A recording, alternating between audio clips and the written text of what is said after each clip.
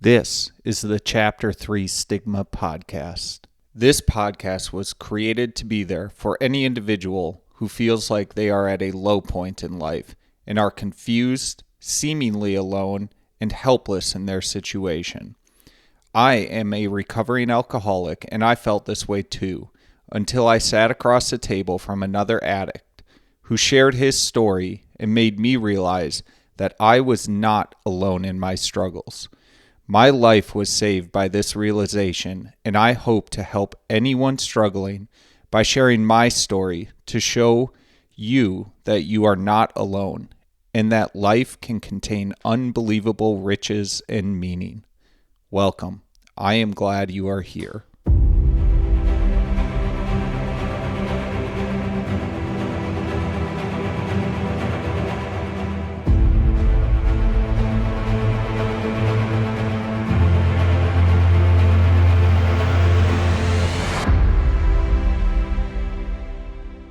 Hey, y'all. Welcome to another episode of the Chapter 3 Stigma podcast. I'm very excited today. I have another guest with me who I'll get introduced here shortly. But Gail, welcome to the Chapter 3 Stigma podcast. I'm excited to have you here. Thanks for having me. I'm honored. So I want to give a little bit of a preamble and background as to why I was really interested in talking with you when I heard about your own journey and kind of where you are in life right now. So we'll get into it in detail, but Gail does a lot of work with music, and you have kind of, I don't want to say rebranded, but you have sort of discovered yourself anew through like the avenue of music. And in my journey with alcoholism and addiction, I really knew that something was wrong, like well gone and beyond what felt like beyond repairable when I lost my connection with music. And so it might seem an odd combination to kind of center a conversation on a podcast about addiction and recovery on the premise of music. But in my journey and in my experience, music was such a pivotal warning to me that something was very wrong, or I had so deviated from my authentic self because I grew up playing music. I started learning the piano at a very young age, picked up trumpet, picked up guitar, played in concert bands, was always able to find myself and find joy listening to or creating music. And there was a point in my battle with alcoholism where I shut the radio off. I didn't go to the albums that had previously given me energy, joy, run chills through my spine. And so I have not talked about it a lot, but music was just so key to me to connect with the feeling that I had lost myself. And within there, I think in knowing a little bit about your story and background, I think there's a lot of commonality. And so I'm really excited and looking forward to this conversation. And I just kind of want to know, like, what does your journey look like to bring you to the point where you are now? I think you had written you came out of retirement to start learning and creating and communicating through music. So tell us about that journey and that experience. Yeah, and I'm really glad you just shared what you did and you framed it the way you did because Kyle, I was the polar opposite. I Mm, had I had no music. I had no lessons and no music instrument playing as a child, but mm-hmm, because my addiction started so young, um, my father died when I was 12 years old, mm-hmm, and my mom moved us from a small town to a city, and the city swallowed me up. And, mm, still like at age 12, I was just numbing myself with alcohol, drugs, and reckless behavior. But during that time, for the next 10 years, music was a very important part of my life, but it was the '70s. I was Hmm. stoned. I was going to the Yeah. rock concerts. I was going Yeah. to see Alice Cooper and the Yeah. Stones and Def Leppard and Led Zeppelin and cocaine was the name of the main song that was the Yes. Right. anthem, right? Yep. And so what happened was after 10 years of being really dysfunctional as an addict, I woke up one morning and, basically looked around at the mess I made. And so now I'm in my 20s. So I looked around at the mess I made in my house and in my soul, and I thought, there's got to be more to life than this. Mm. And that was my first bottom, and that was when I started on my turning point. I was still in denial. I still didn't know I was an addict, but Yeah. I started chasing another dream. I started chasing the dream of being financially independent. I read Think and Grow Rich by Napoleon Hill. I mean, everybody's Hmm. read that book. Yep. So so I shifted and started going after this you know 20 something year old want to be a millionaire, started going after the corporate world and how to make this happen. And that's when music went out of my life, and I Mm. didn't even notice. I Hmm. didn't notice. And then when I was 58 years old, I started taking piano lessons. I mean, the opposite of you, right? Absolutely. You Yeah. were doing it as a kid. I'm taking piano lessons, and it's my first time in my life that I'm learning scales. I'm in Hmm. grade 1 with Royal Conservatory, and then, and I loved it, and music started flooding back into my life as something to listen to, and I Hmm. thought, "Wow, I didn't even realize I had taken it out." For 25 years, on my way to work, I was listening to books on economics. I Hmm. was a financial advisor for 25 years. Hmm. I loved it, I was really successful at it, and then when this piano thing started happening, I thought, "I'm gonna retire a little bit sooner than I had planned, sell my practice, and study music full time." Wow. And so, yeah, at 61, that's when I started, and I started, like, bass guitar, keyboard, ear training, songwriting, and so after a couple of years of that, I thought, "Maybe I'll reinvent myself as a musician." Hmm.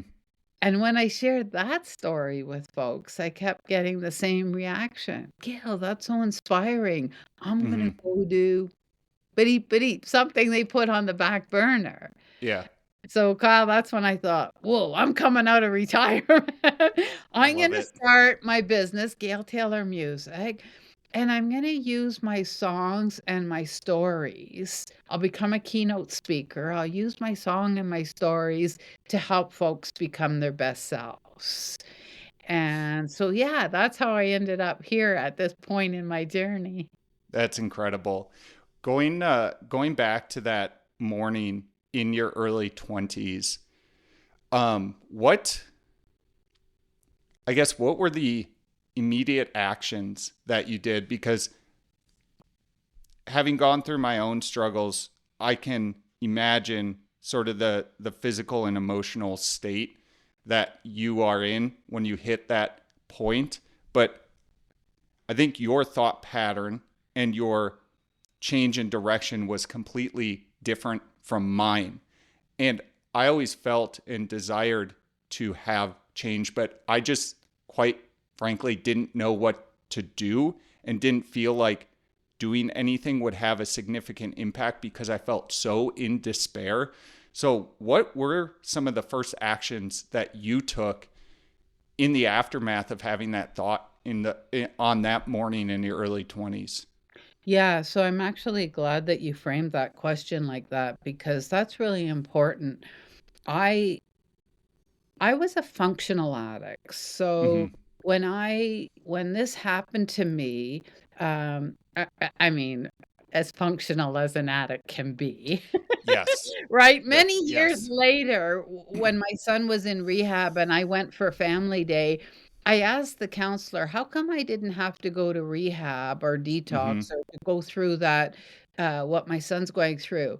And the counselor said to me, because you did what we call hitting a high bottom. Mm. And I think that's really important to listeners because a lot of folks, especially the loved ones of the addicts that are Mm-hmm. listening to your podcast, think that addiction, there's only one bottom, right? Yeah. And that, Yeah. you're in stage 4 of addiction, you've lost Yeah. everything. But there's not. There's a lot of different stages. So what Yes. happened to me in my early 20s when that happened was I thought, okay, so just that little bit of hope. I can take back control of my life. I know I can take back control of my life, Mm. and I can get out of this, even though, like I said, I was still in denial about the addiction. Mm-hmm. That very first step with that book, Think and Grow Rich by Napoleon Hill, was to take control of my internal dialogue. So Mm. to shift from that negative thought of life's happening to me creating it. And so that was the very, um, and your listeners are soon to know that I recently wrote a book called Curveballs. Mm-hmm. And in Curveballs, that's what I do. I talk about the curveballs that Mm-hmm. life threw at me, Yep. and there was a lot of them, addiction being one of them, and death, and then I talk about the tools that I use to work through this, Mm-hmm. because I studied this was my starting point in my 20s, and I ended up the answer to your question is I ended up studying personal growth and peak performance for 40 years. Mm-hmm. I became a lifelong learner, and I just started just sucking up all the information I can on how to take control of my own life Mm-hmm. and how to move to the next levels. And so I read a lot of books on how to be successful. And there's this one thing in these books. You're making a list of things that make you successful and things that hold you back.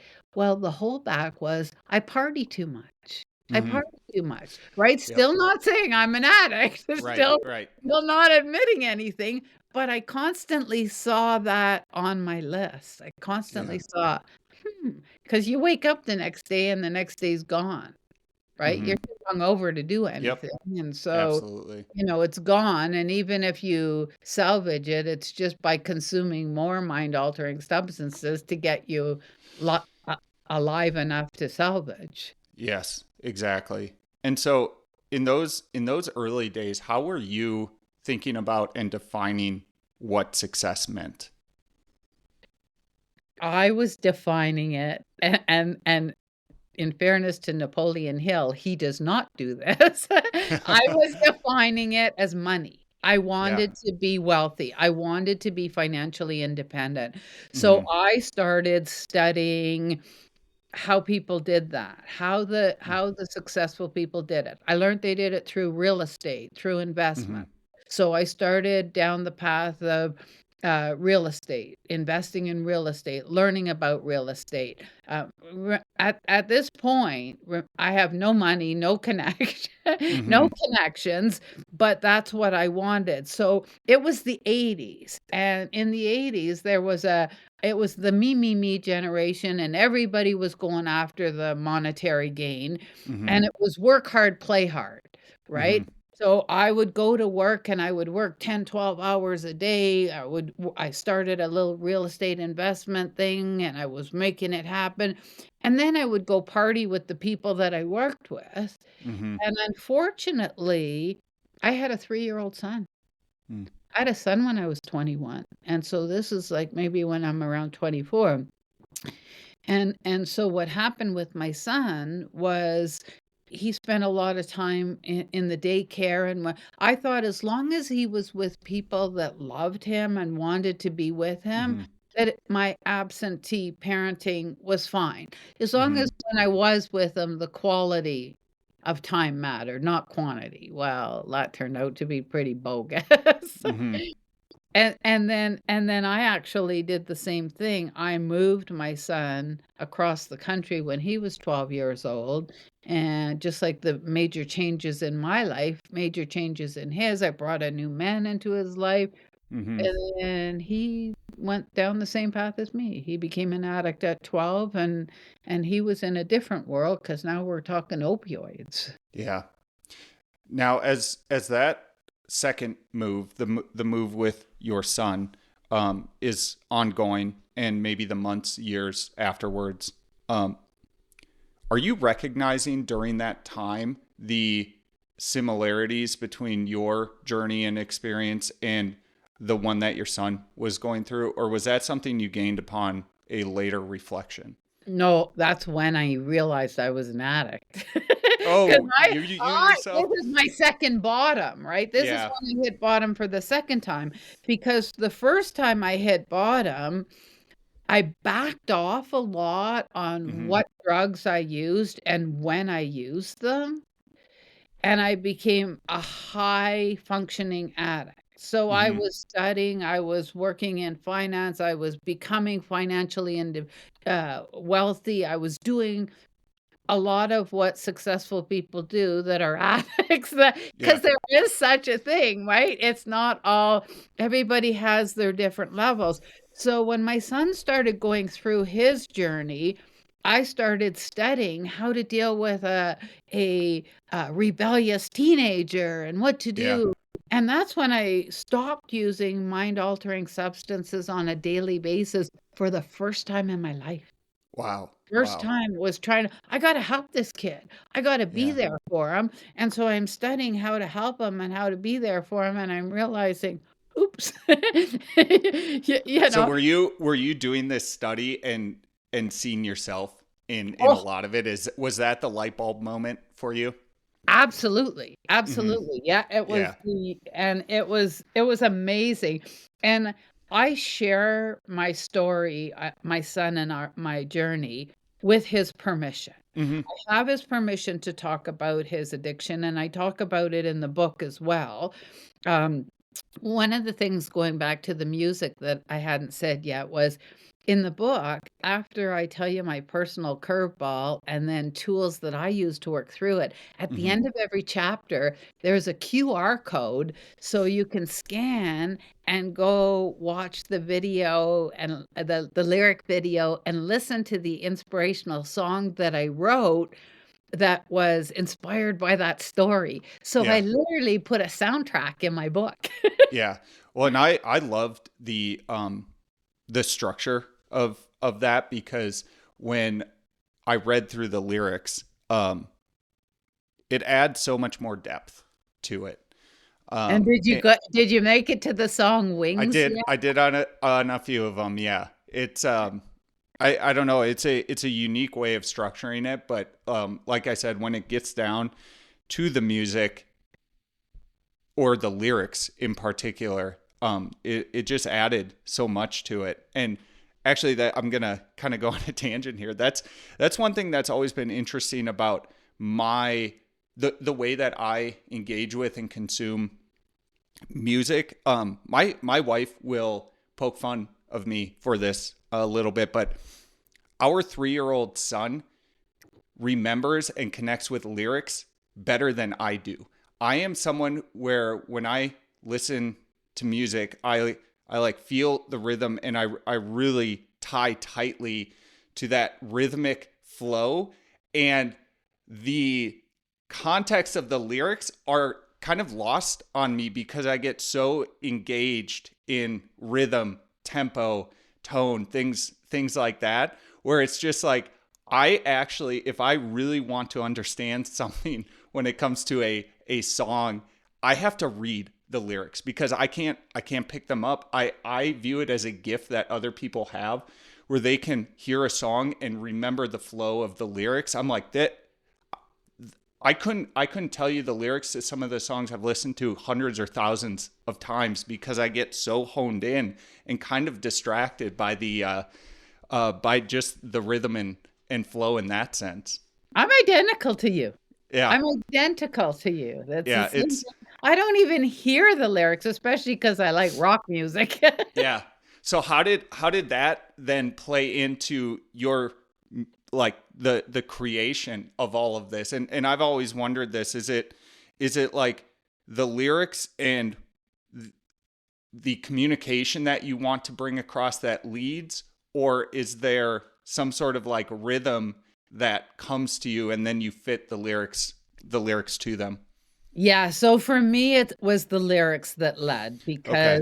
because of the whole, when I studied songwriting, and I don't know if your listeners know, but I got to study through Berklee School of Music, which is one of the Wow. best music. Yeah. Yeah, but it's one of the best music schools in North America. But the only reason I got to was because they have online programs, so Mhm. you don't have to audition; you just have to pay. Mhm. So, That's how incredible. cool was that I had Yeah. those amazing songwriting teachers, and so yeah, for me, all my songs, there's about 17, 18 of them, and it's inspirational music.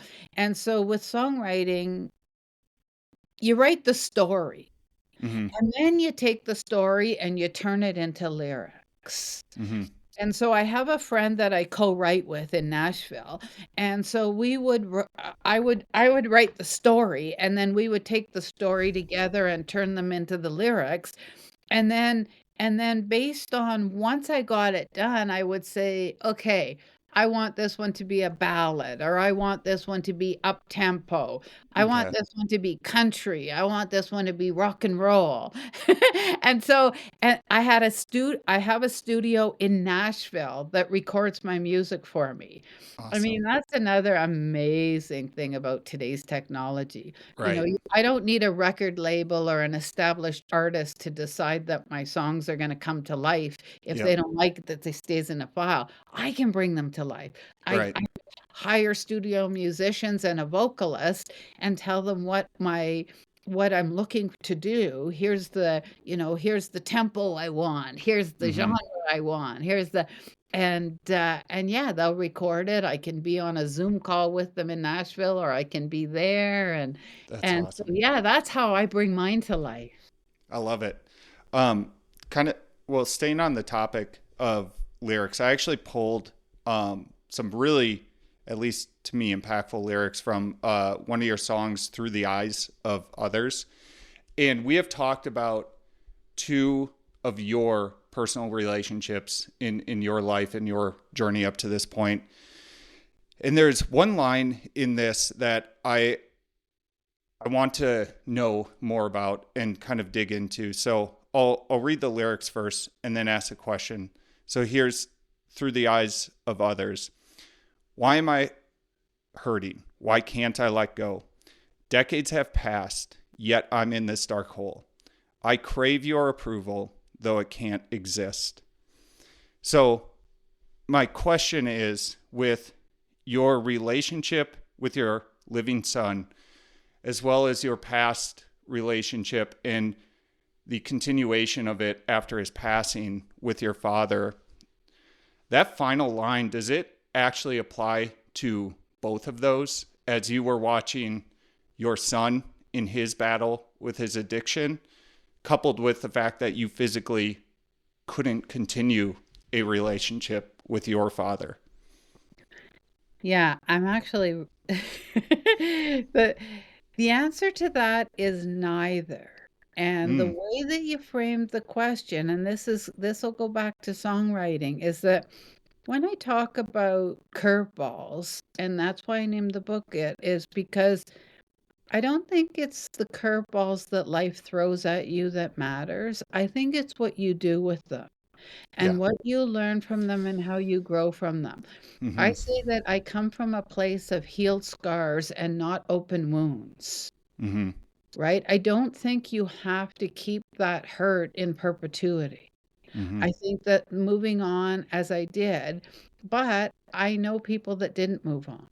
And Yeah. that's what inspired that's exactly what inspired those lyrics, was knowing somebody who lost somebody at such a young age that they didn't remember them, Mm-hmm. And so that's why it's through the eyes of others. I don't remember you. I just get to hear stories about you, and I'm still in pain because you're out of my life. That's what inspired those lyrics. But my belief is that you don't have to keep the pain. Yeah. You do get to make that decision as to whether you let go of it or not. Hmm. And sometimes that's not easy, Hmm. right? Retraining our brain, when you talked about my first decision to get out of addiction, you have to retrain your brain. Yeah. It's like our culture feels that if you've gone through addiction or any other trauma, the loss of a parent or a child or any loved ones, that that you're supposed to live with the trauma of that in perpetuity. Hmm. And my belief is that we have to go through the grieving process, but then we do get to move on. We do Hmm. get to make that a special place in our heart. Kyle, I have such a soft spot in my heart for the loved ones of the addicts. Yeah. And right now, a lot of the loved ones are recovered addicts because with the opioid pandemic, so many people are dying, Yeah. that we love. But it's like you're on a parallel journey, and the fact that you have a loved one that's struggling doesn't mean that you have to be struggling. You're Hmm. still allowed to enjoy your life. You're still allowed to laugh and smile and just by doing that, just by staying strong and not being all stressed out, when that person is ready to get help, you're going to be the perfect advocate. Yeah. Where if you let them bring you down with you, then when they're ready, man, you're all messed up. And so I really, really believe that we get to choose uh, how we handle the curveballs. Hmm. How how did you find yourself in that mindset? Because I see, and in my own journey, I can connect with instances where those close those closest to an individual who is suffering and struggling with alcoholism wants to be able to will them, the addict, to accept their alcoholism. But as you said, there is almost this distance and waiting period that is required to allow the alcoholic or addict to come to their own terms, to accept it on their own behalf. I have never seen a anyone in recovery that is there long term that does it by being pushed there by someone else. I agree. I So agree with you how? 100%. And so what I did was I studied everything. I read books, everything I could get my hands on. I went to shrinks, I went to Mm-hmm. counseling, and I learned boundaries. I learned enabling. I learned codependency. I Mm-hmm. learned compartmentalization. I trained my brain to understand that when he was ready to come out of addiction, I could be there for him as a support. But by enabling him, I was keeping him in addiction. Mm-hmm. By becoming codependent, I was stressing myself out Mm-hmm. and causing the rest of my family habit. I learned all of the tools that I needed. Like boundaries was a big one for me because Mm-hmm. my son hated me. He hated me when he was in active addiction. And everybody's different. You can have a loved one in active addiction that you can still have a relationship with. But I mean, we had to become estranged because if he if he called me for money for drugs, and as we know, they don't ask for money for drugs. They Right. ask, Yeah. I mean, they're not delusional. Well, Yeah. sometimes. Sorry. But if he phoned and I said no, then he would just become so verbally abusive that, Mm-hmm. I would have to hang up and go cry for the next 3 hours. But I learned the boundary. I learned the boundary. Don't take the call. And it Mm-hmm. was like, "Sorry, I'm not taking your call to ask me for money or to verbally abuse me, But if you're ever at a point where you're ready to get help and you want to go into rehab or detox, or give me a call. I will get you a room overnight. I will be your Mm-hmm. advocate. I'll financially support what has to be supported for you to go. I put them through rehab a number of times Mm-hmm. because Mm-hmm. it takes more than once, Yeah. right? Sometimes it takes more than once. And so that was, for me, that was a big part of my journey, and I talk a lot about it in the chapter called Wings. Mm-hmm. And that was like learning how to uh, not keep your loved one in addiction by feeding them and I know the feeling. Heck, I went through that. Oh, I better drive him to his dealers to get drugs or he might steal a car Mm-hmm. thought process. Mm-hmm. Right? Yeah, no. That's not the way to help the Yeah. Do you feel like in setting those boundaries, that you were able to help him get to that point of acceptance and realization that he had to get to? Did those boundaries play any part in that part of his journey? I don't know that they did. I Mm-hmm. cannot say that they did. But what I can say is, like, right now, he's one of my best friends, Wow, and that's and awesome. what I can say is that it did give me the inner strength to be able to, uh, have a positive life, and, like, I wear rose-colored glasses. I'm a Mm-hmm. happy person, I know. Mm-hmm. It allowed me to have a positive life, to be successful, and to be there for him when he was ready. And I don't know if that would have worked out that way Mm-hmm. had I not taken the positions that I did. What was the moment where he indicated he was ready in your mind? We had been estranged for a couple of years, and he phoned So me up no one day. talk, no No, talk, no text, any. no, no. Wow. I knew what was going on because I wasn't estranged from the rest of the family. Mm-hmm. And so I knew, but yeah, no, we were estranged. And again, it was because he was very, very angry at me. Mm-hmm. And so he could have conversations with other people that were normal, but when it came to me, all of the mistakes I made, he wasn't letting go of them. Mm-hmm. He has now, but he wasn't at the time. Right. And so he called me. He got addicted to opioids, and we Mm-hmm. both, we've had this conversation more than once that, I mean, it's horrible. We believe he'd be dead now if there's no way he'd still be If he alive was in if addiction he now, hadn't. yeah, Yeah, no, he's been in yeah, recovery for several years now, but yep, if he hadn't have, he wouldn't have made it. And yep. how he was able to get off of them was through one of the programs that are out Mm-hmm. there, and he went on, uh, methadone or Suboxone, one of the 2. Mm-hmm. Mm-hmm. And he had been on it for 6 months. And so he was on it for a few years, I'm not sure how many, and then he got weaned off it. And so, yeah, he's in an amazing place right now. But when he was on it 6 months in, he phoned me and said, "I haven't used in 6 months and I'm on this program, and can we be friends? Can we have a relationship again?" Wow. And my answer to that, Kyle, was, "Why? You Mm-hmm. hate me." Right? Every time you talk to me, when I say something, it triggers this anger from you. So, Yeah. are you sure you wanna do that? And he said, "No, mom, I do wanna do it. I do wanna try. I do want to." And so I said, "Okay." And so we tried that when the relationship started.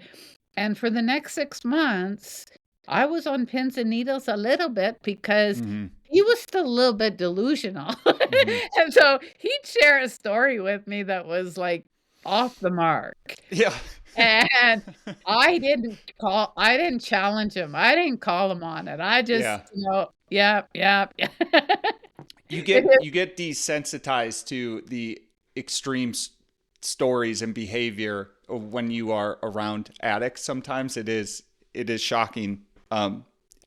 in a lot of ways to bring those experiences into the fold of your other relationships. Oh, absolutely. And you're Yeah. right. You do get desensitized. And they say after the first 6 months of being clean, a cloud lifts. Yep. And then after the next 6 months, another cloud lifts. Mhm. And one of the ways I found out I was an addict was I bought a book on, Are You an Alcoholic? And it had a quiz. And I did the quiz, and it said, yes, you're in.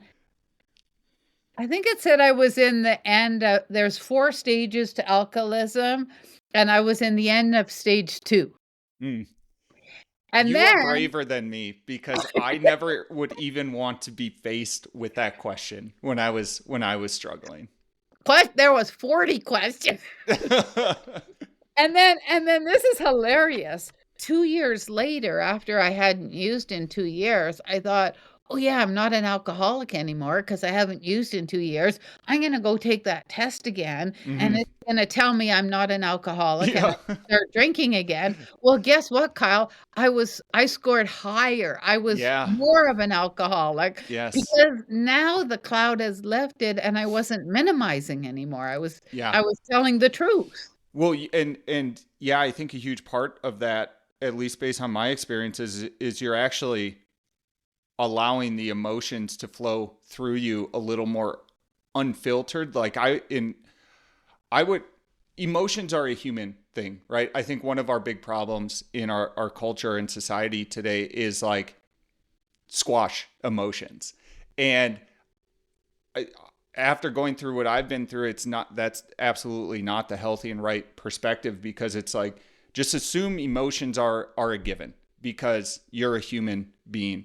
It's more about how you manage those flow of emotions. And with my addiction, it's like, if I felt something and I was uncomfortable with it, I would drink to suppress it and push it down. And you're right. It's like, in recovery, you are going to start feeling those things. And the number of times I've heard in like AA meetings where people are like recognizing the emotions that they feel and grateful for the fact that they feel them now, but also lamenting about like, this is hard. This is hard to feel and travel this journey that this emotion and the feelings and thought patterns are playing out with me. But I think it's like one of the critical big steps that you have to take. And, you know, I also think your 2-year revisit to the quiz shows something that's really important about alcoholism and addiction. And you mentioned it before. When you bring substances back, you don't go back to your low. You find a new low. And that was my experience. I would take time away from alcohol and I would think that a reset would have happened. And then I brought alcohol back in, and before I knew it, I was below my previous low. And that cycle just continued to happen again and again and again. Yeah, yeah. And when you said about, your emotions and the things that have, do you know who David Goggins is? Oh yeah. Yeah. Okay. So he's not somebody I would typically read, right? Like, Yeah. like I Yeah. said, Yeah. rose-colored glasses lady here. And I'm always reading the newest stuff that's coming out on peak performance and personal growth. So Mm-hmm. my 20-year-old grandson says, "Grandma, can we read this David Goggins book together?" Mm-hmm. And so I said, "What?" And so I started reading it. Actually, I started listening to it when I was at the gym every morning. I'd listen to this book. Does And he do the audio version of his book? well, he has somebody else narrate it, Okay. but at the end of every chapter, he's in the studio with them, so they go back and forth and chat together. At first, that drove me crazy because that Oh, just added 4 more hours to the book. yeah. And I'm telling you, I'm listening to this book, and sometimes I'm thinking, yeah, that guy, he's making a really good point for his readers. And other times I'm thinking, oh my God, this guy is such an idiot. I go back and forth, man, back and forth. And it's not that he's an idiot. It's just that his approach is the opposite of mine. The stick and the carrot, right? Mm, He's the stick guy and I'm the carrot guy, mhm, girl. But the reason I brought it forward is because he does this thing called 10 challenges. And the first challenge is to sit down and journal all those things that all those curveballs that life threw at you mhm, with your addiction and with everything else that you had to deal with. Like sit down and journal it all and get the whole thing, the whole picture of it out there for you to look at so that you can move on. mhm. Right? You can't bury this stuff. You can't suppress it. I mean, when my dad died, I kept him alive for 2 years in my Yeah. mind. I Mhm. pretended he was a spy for the government and that they had Wow. to say that he died in order to protect his family. Wow. Like, talk about trauma. I literally kept him alive for 2 full years. What caused you to finally move forward from that thought pattern and mindset? I don't know, I was stoned. Yeah. Honest to Well, God, and I that's don't know. yeah. I No. was 2 years later, I had gotten I was 2 years into my active addiction, and somehow Mhm. I decided that I guess he is gone. Wow. Wow. That's incredible. Um, yeah, it's funny you bring up David Goggins. We on so a guest that I had, actually one of the first guests I ever had was David Goggins' training partner. Um, and trainer, I should say, in some regard. So his name is Eric McCormick. He runs a program called Outlaw Strength.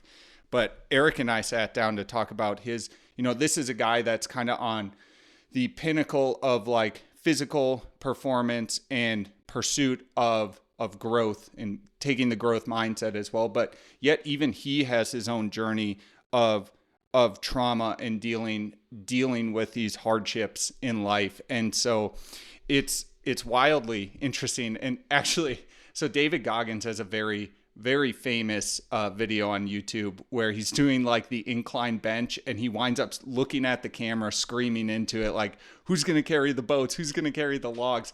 Eric is the spotter behind him, like encouraging him along. So, wow, who would have known all of that got tied here together in a podcast talking about music and I know, addiction? and when my grandson asked me to read it, he said, "Grandma, his book's the same as yours. He just has a different approach to Yeah. it." And I'm Yeah. thinking No, I love I'm it. listening to it and I'm thinking, "Man, this is like, yeah, the same messaging, but the opposite approach." Hmm. To But I do love it, and I kind of want to carry that forward because it's like I think when it comes down to it, there are common and foundational themes, and you talk about it in your book with regards to like understanding passion and purpose. It's like each person's individual journey towards that like common goal or outcome can look different, and so how do you kind of detailed like your identification of passions and pursuits and how you wound up on your journey, but like how have you seen that play out in other people's lives as you have engaged with them and you've done some of your like coaching and speaking and writing and things like that? What do you see as a tried and true, not tried and true, but like a reliable method for people to understand like what is it that actually drives me? Right. Okay. Good question. And I like I like it with your audience because Mm-hmm. I think it's really important that anybody in recovery doesn't buy into one of the things I've seen out there is that, my recovery is all that matters. Yeah. As long as I stay clean every day,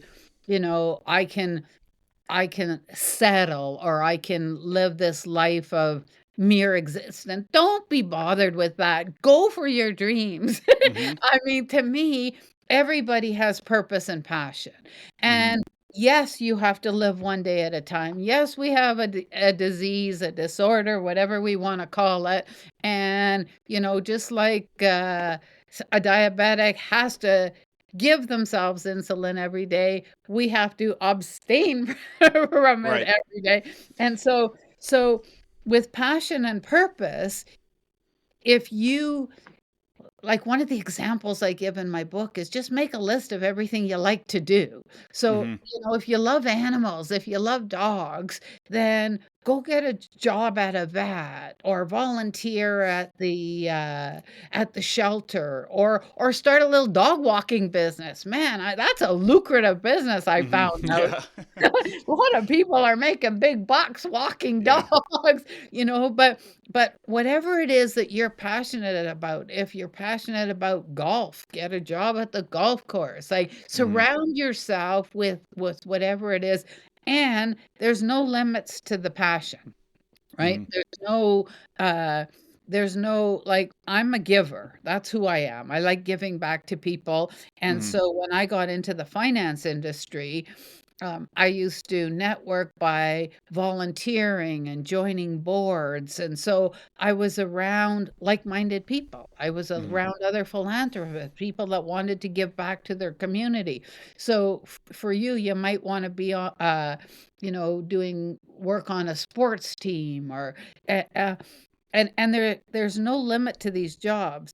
My son's the great example because he works in pest control and he loves his job. Mm-hmm. And then when I said, "What do you love about what do you love about your job?" And he goes, "Mom, I knock on the door and the person that answers totally stressed out because the home's been invaded by these critters, Mm-hmm. cockroaches or whatever. And I'm able to say to them, hey, it's okay, relax. You're going to go out for 4 hours. I'm going to come into your home. I respect your home.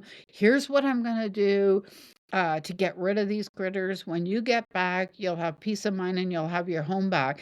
And he said, just to be able to do that for people, give them their home back, is so, so empowering to me.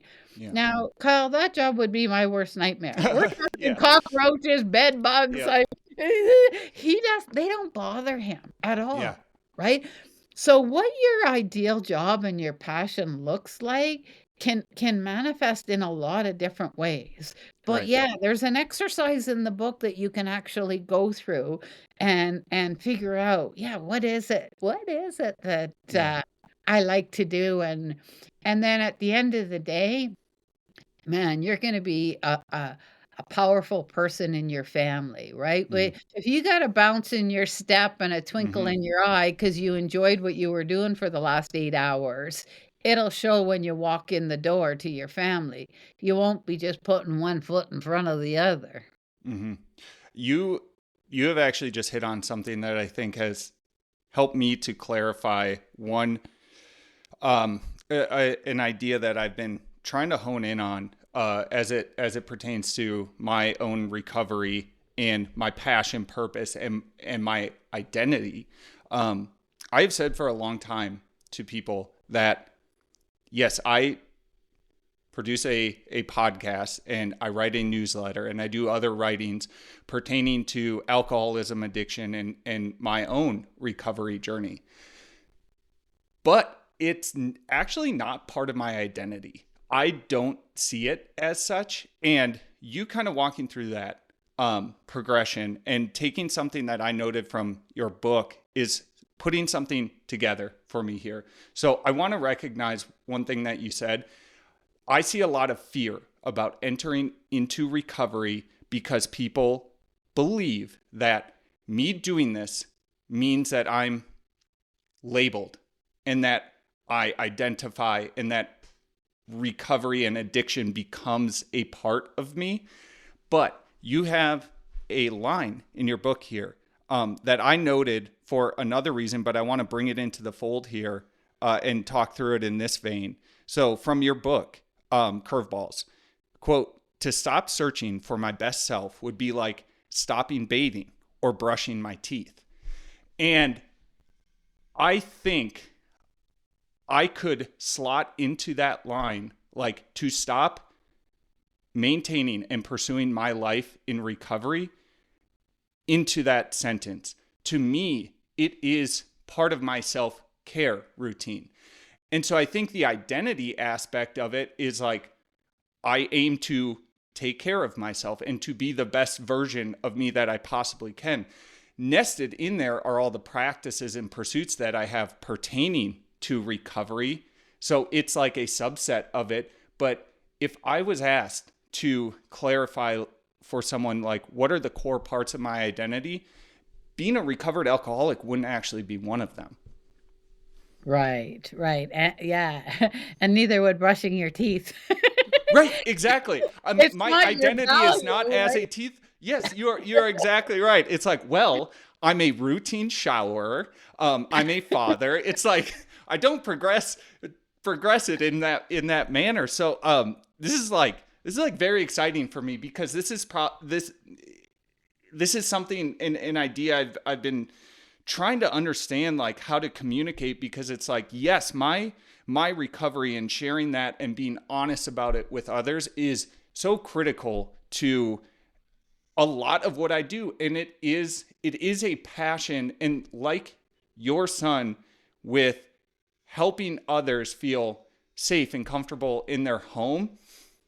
It's like I have that higher purpose with regards to talking about my journey and my recovery, and why things seem to have stuck and work even after going through such hardship and suffering with the loss of a child. It's like, I think there's that higher order, like, mission that is there, that this plays a part in, and like helping people in that manner. Like, yes, that is more of or what I would say is my identity, than I'm a recovered alcoholic. Right, right. Yeah, and although values do change through life, when you learn, Mm-hmm. when there's a lot of quizzes and things that you can do online to sort of lock down what your own values are. But when when you figure out like who you are, like I crave productivity. Mm-hmm. There's Yeah. no question. Like I have a type A personality Yep. and I crave productivity. I also crave giving back, Mm-hmm. right? It's part of who I am. I'm a supporter. I like uh, I crave attention. I mean, for the long time, and I mentioned this in my book, I thought I was broken because Mm-hmm. I craved attention. And it's like, then when I started, especially when I started in this music entertainment business, they all crave attention. Yeah. Right. It's part of their personality. That's why they Yep. went into this industry in the first place. Right. And it's not a flaw. Mm-hmm. Right? So once that's self-awareness, getting to know who you are and what you're all about, and how you identify with yourself, that's really important. I tried singing on one of my songs once, and I didn't do a very good job with it, and I mentioned it to the producer.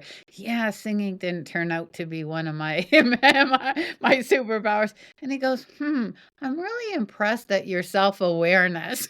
Mm-hmm. Yeah, that was his way of saying, you're right, lady, you can't Yeah. sing. Well, and on that topic, I think it brings itself into another one of the core themes that runs throughout your book, Curveballs, and that is authenticity. Um, I have had I've had my own personal struggles with authenticity. Like, I describe my time in the depths of my hell with addiction as like a massive rift between the individual that I knew not only that I could be, but that I should be in the moment, and the behaviors and actions that were occurring in my life. And so I knew there was this widening gap with regards to being aligned to my true authentic self that entering into recovery has largely closed. But how have you thought about or defined and helped people and guided them to connect back with their authentic selves? So, everything that you just described is one of the symptoms of addiction, is Mm-hmm. the behavior, right? So Mm-hmm. so the behavior, that you exhibit when you're in active addiction is part of your disease. And then when you when you go into recovery, then your behavior becomes your true self. Mm-hmm. And then you're going to, depending on how long you were in addiction, you might have some developing of, I started my addiction when I was 12, so by the Right. by the time I came out of it, I had to learn who I was. Um, I don't I think you should forgive yourself. I don't Mm-hmm. believe that other people should judge you, or you should judge yourself on your worst day. Yep. So I think that, and I think, that goes back to what we said about journaling it. When you're journaling, what life threw at you, and whether it was dealing with death or dealing with domestic abuse as a child, or whether you're throwing down things that you did that you shouldn't have done because you were Mm-hmm. in active addiction. Somebody interviewed me for a magazine, and one of the questions was, could you share the worst thing you did with when you were in active addiction?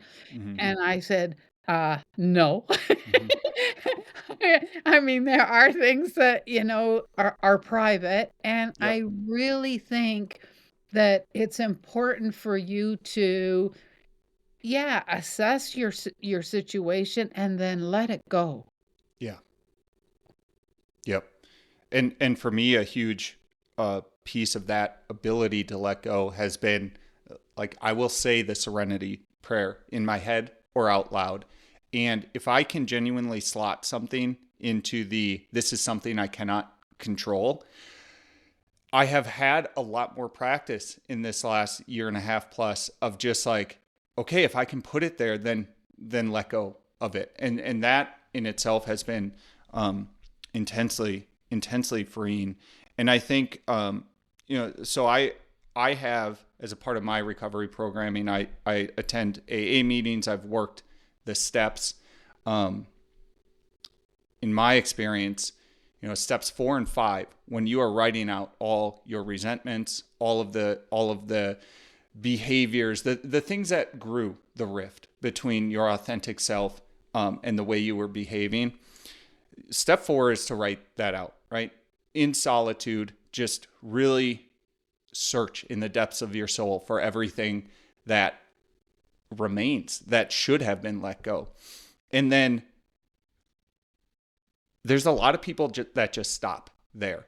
And what they don't realize is taking that 5th step, which is to talk those things through with another human being, to admit to them and to address them. That step, from my experience, allowed me to, one, lose the fear of judgment. Now, to your point, that does not mean I go talking broadly and widely to everyone about the things that I did and like the behavior that hurt me the most. It's very select, but I still spoke it out loud to someone and worked through it and processed it and integrated it. And the other thing that I experienced was just allowing yourself to have the words escape your lips and to be able to move on. And without that 5th step and going through that process of talking to someone that can understand, connect, and not judge you, I don't think you can be truly reconnected back with your authentic self in like a long lasting and meaningful way. That's at least my experience having done it. And then, further on in the step work, you get to step 8 and 9, where it's like you have done your self cleansing, and now is your opportunity to go out and genuinely and honestly apologize. And I think you get that same opportunity again to sort of let go of things that you have held on to, that when it comes down to it are hurting you as an individual, hurting your ability to be your authentic self, and, hurting the relationships that exist in your life. Yeah, and I think that what you said and the 12-step program in general. When I wrote my book, I don't know if you read the introduction part, but one of Hmm. the things that I said was I didn't make any of this up, right? Hmm. All Right. these Yeah. tools. It was like I read hundreds of books on personal growth, and the 12-step program is one of them, Yep. right? And Exactly. and, and each one you could literally take 10 books, mine, David Goggins, Hmm. Think and Grow Rich, Tony Robbins, like take them all, line them up, and start looking at, okay, here's a tool, and you can highlight that tool in every book, Hmm. right? And there's so much that once you hear it often enough, oh yeah, that works. Taking that inventory. I mean, that's Hmm. what we had just finished talking about. Just uh, setting it up and looking at it and saying, okay, that happened. That Yep. happened. And Yep. and sometimes I got to go apologize to somebody because it did happen. Hmm. And sometimes I can't apologize to that someone, even though I'd like to, because all it's going to do is get the monkey off my back, but it's going to Right. hurt them, right? And Yes. I know that Yep. that's part of that process is that you really have that's a little bit of self-awareness. You Hmm. you can't get rid of oh, phew, I get to let it go and then have that person hurt because you Hmm. already hurt them in the first place. So, Yeah. that's all part of the whole journey. Hmm. Do you ever feel, or do you get signals that you can recognize, on the topic of self awareness, where it's like, hey, Gail, you are getting away, you're deviating from your authentic self. I'm not sure that I do. Or let I me ask the question I in work hard on reverse. staying into my authentic Right. self. Are there actions or behaviors that occur in your life where you're like, yep, this is me being me? And I'll give an example to give you some time to think about. When I am in the house with my son and we engage in this back and forth where we start making up songs. And usually it's about the other person and joking about the other person. And we'll just bounce back and forth and we'll wind up like dancing and making goofy faces at each other. Those moments are when I'm like, yep, this is me being me. Um, do you have anything like that in your life? I mean, your music is obviously a huge part.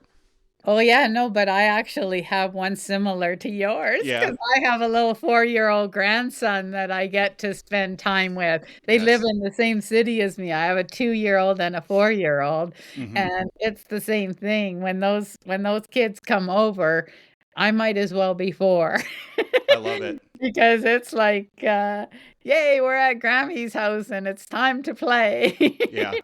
And Well, and so I wanna, we talked about values earlier in the call, and having fun is one of mine. mm-hmm. And it's funny because it doesn't everybody doesn't have having fun as, you know, Mm-hmm. like look at people like Nelson Mandela or Mahatma Gandhi. Like Mm-hmm. those folks were amazing, but there was a little piece of the world that they wanted to change. Mm-hmm. And fun wasn't one of their criterias in life. Right. It is one of mine. Right. I wanna laugh every single day. Yeah. I wanna do an act of kindness every single day. Like, those are just part of who I am. And Mm-hmm. so very much like you, if I'm going through, a few days and there's no laughter, it's like, "Whoa, what's going on? What Yeah. am I burying myself in?" Like, I'm not real good with social media. I go on social media because it's part of marketing today, Yep. but it's not my idea of fun. Mm-hmm. But I wanna say something else because I hear a lot of people say, "Social media is so negative and it's so horrible, and I spend so much time on it, and there's all this conspiracy," and I think, "What? I don't see any of that." Mm-hmm. Because you only see what you engage in. Right. So I only engage in, "Have a wonderful day today, folks." Or any other positive mantra that's out Right. there.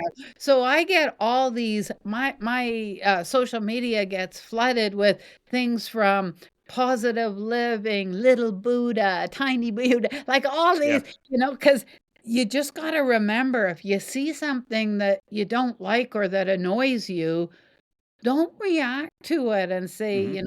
"Oh, no, that's not right." Just let it go and get the feeds that are going to feed your heart and feed the lifestyle that you want. Right. Well, and I think the question to ask is, do I control anything in this situation outside of my reaction to whatever it is I'm seeing or engaging with? Generally, no.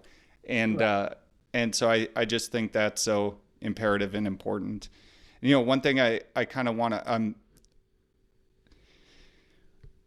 again, we talked about music being a signal to me that I had lost myself.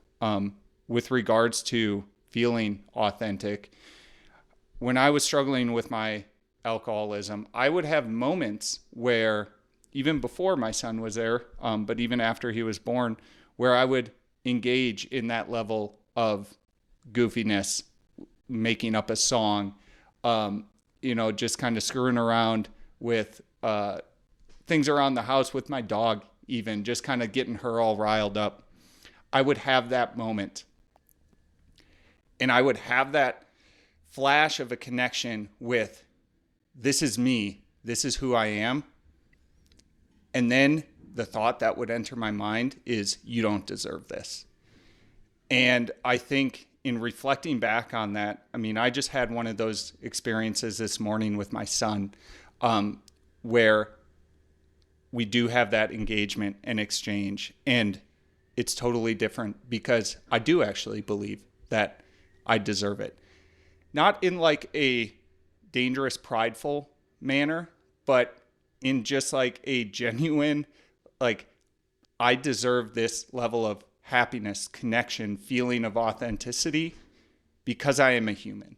And for me, that's been a totally unexpected outcome of entering into recovery. I thought I would go into this and just basically not drink and stop having all of the negative parts and consequences from drinking.